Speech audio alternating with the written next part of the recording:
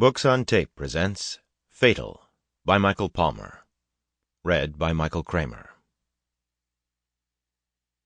Prologue. It had started with a sore throat. Natty Serwanga remembered the exact moment. She had been having dinner with her husband Eli when some green beans hurt her going down. At the time, the two of them were talking about whether Nadine would be a better choice to name their daughter than Colette. The discomfort was the beginning of a cold, she thought. Nothing more. But despite treatment from the doctors in the clinic, the sore throat had gotten progressively worse. Now, 9 days after that first scratchy pain, Natty knew she was sick. Really sick. The pounding headache told her so. So did the chills and the sweats and the fiery swelling in her throat that the antibiotics had done nothing to help. And beginning at 3 this morning, there was the cough. Across the raised glass counter, the kids from the hospital daycare center were lined up for lunch. Chicken nuggets and spaghetti. Pudding for dessert. Hi, Natty Smatty. Me first, Natty, me first. Ugh, not spaghetti again.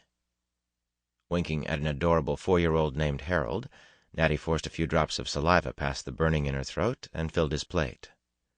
A moment later, without enough warning even to raise her hand, she was jolted by a vicious, racking cough, the worst yet. Droplets of her saliva sprayed over the contents of the trays in front of her. She stumbled back, but caught herself before she actually fell. Each hack drove a 6-inch spike into her brain. "Damn," she muttered, regaining her equilibrium. She was tough as nails, one of her sisters liked to say, but this infection was tough too. Instinctively, she slid her hands beneath her apron and pressed them against her womb. For a few horrible, empty seconds there was nothing. Then she felt a sharp jab on her right side, echoed immediately by one on the left. Despite the headache and the cough and the hot coals in her throat, Natty Serwanga smiled. At 40, married 7 years, she had begun to believe it was her sad destiny to remain childless.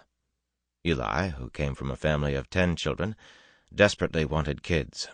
He had all but given up, though, and had begun talking about taking in foster children or even adopting.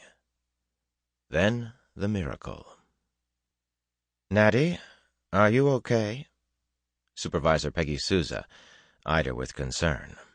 Natty's smile this time was forced. A piercing ache had materialized between her shoulder blades. I'm fine," she managed. "It's just a cold that doesn't want to dry up. I've been to my obstetrician twice." "He give you something?" "First penicillin, then something stronger." She decided to leave out the part about sending her to an infections specialist if she wasn't better soon, or all the questions about the trip she and Eli had just taken to see his family in Sierra Leone. "You want to go home?" Natty gestured to the crowd on the other side of the counter.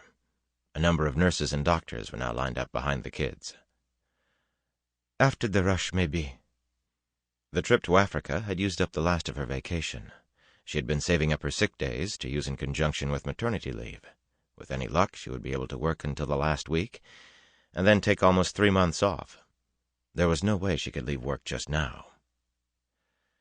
"Well, I tell you what," Peggy said. "Why don't you wear one of these surgical masks until you're ready to leave? That was some nasty coughing you were doing." Natty turned so that Peggy couldn't see her fumbling with the strings of the mask. "What in God's name is happening to me?" The next 10 minutes were a blur of pain and poorly suppressed coughing. Still, Natty managed to finish serving the children, and even to make a dent in the staff, each of whom she knew had almost no time at all for lunch. Now, in addition to the unremitting pain, she was experiencing spasms and fullness in her rectum. "Please, God, take care of my baby. Don't let anything happen to her." "Natty? Natty!" "Huh? Oh, sorry, Peggy. My mind just wandered." "You were just standing there staring off into space. I think you need to stop for the day and— Natty, look over here at me." "What?" "Your eyes. They're all spotted with blood." "What are you talking about?" "The white part of your eyes. There's like patches of blood all over them. Natty, you'd better get to a doctor right now." A sudden, strangulating tightness in her rectum made it impossible for Natty to speak. Panicked, she nodded, then hurried as best she could to the restroom. The masked face staring back at her from the mirror looked monstrous. From under her paper hair covering, clumps of her ebony hair were plastered to the perspiration on her forehead. Below that, the whites of her dull, almost lifeless eyes were nearly obliterated by splashes of bright crimson. She untied the top strings of her mask and let it flop over onto her chest. The inner surface of the mask, spattered with blood, looked like some obscene piece of modern art. Another spasm from below, a white-hot spear thrusting up inside her. This is bad. Oh, this is bad. She hobbled into the stall. Her clothes were drenched with sweat. A vice-like cramp in her lower belly was followed immediately by explosive diarrhea. Heavy drops of perspiration fell from her forehead. Eli. Oh, honey, I'm so sick. Natty struggled to her feet. Behind her, in the bowl, was a hideous mix of stool and curdled blood. More blood. All she could think of was the baby. She tried again to feel the kicking in her womb, but she was shaking so hard she couldn't tell. Eli would know what to do, she thought. He was always the calm one. She fumbled in her pocket for some change to call him at work. Nothing. The phone in Peggy's office. She could call him from there. Lurching from side to side, unbalanced by her pregnancy, Natty braced herself against the wall and moved ahead. Sweat was pouring down her now, stinging her eyes and dripping off her nose. Twice she was stopped by rib-snapping salvos of coughing. Her hand and the wall beyond it were speckled with crimson. Natty? Natty, just lie down, right there. I'll call the ER. Jesus, look at her. Peggy's voice seemed to be echoing through a long tunnel. My baby. Natty sank to one knee as pain exploded in her head. A white light bathed the inside of her eyes. She felt her bowels and bladder give way at the moment her neck jerked back. She knew she was falling, but there was nothing she could do about it. She's having a seizure. Call the ER. Peggy's words were the last thing Natty heard, before a darkness mercifully washed away the pain. Chapter 1. Belinda, West Virginia. Matt, this is Laura in the ER. Matt. Yeah. Matt, you're still asleep. I'm not. You are. I can tell. Time's it? 2:30. Matt, please turn on a light and wake up. There's been an accident at the mine. Matt Rutledge groaned. Friggin' mine, he muttered. Dr. Butler has activated the disaster protocol. Team B is it tonight. Matt, are you awake? I'm awake, he pronounced hoarsely, fumbling with the switch on his bedside lamp. 9 times 7 is 56. The Miami basketball team is the Heat. The 5th president... Okay, I believe you. From college, through medical school and residency, and now into his life as an internist, it had always been a chore for Matt to shut his mind down enough to fall asleep, but not nearly the challenge of subsequently waking up.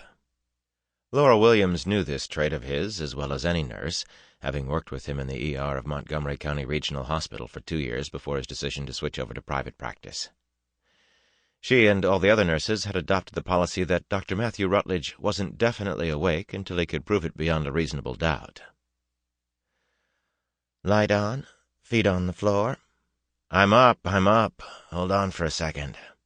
Matt tossed the receiver onto the bed and pulled on a pair of worn jeans, a Can Aerosols Now t-shirt, and a light sweater. Was it a cave-in? He asked, tucking the receiver beneath one ear. He sensed a tightening in his gut at even saying the words. I think so. Ambulances are out there, but no one's been brought in here yet. The man from the mine just got here, though. He says he thinks 10 or 12 are injured.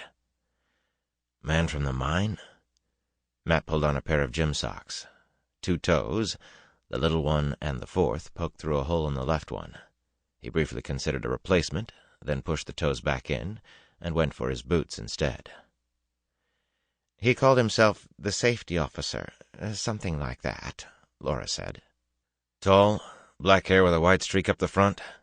Sort of like a giant skunk, Matt wanted to add, but didn't. Exactly. That would be Blaine LeBlanc. He's a very important person in Mineville. Just ask. Sample complete. Ready to continue?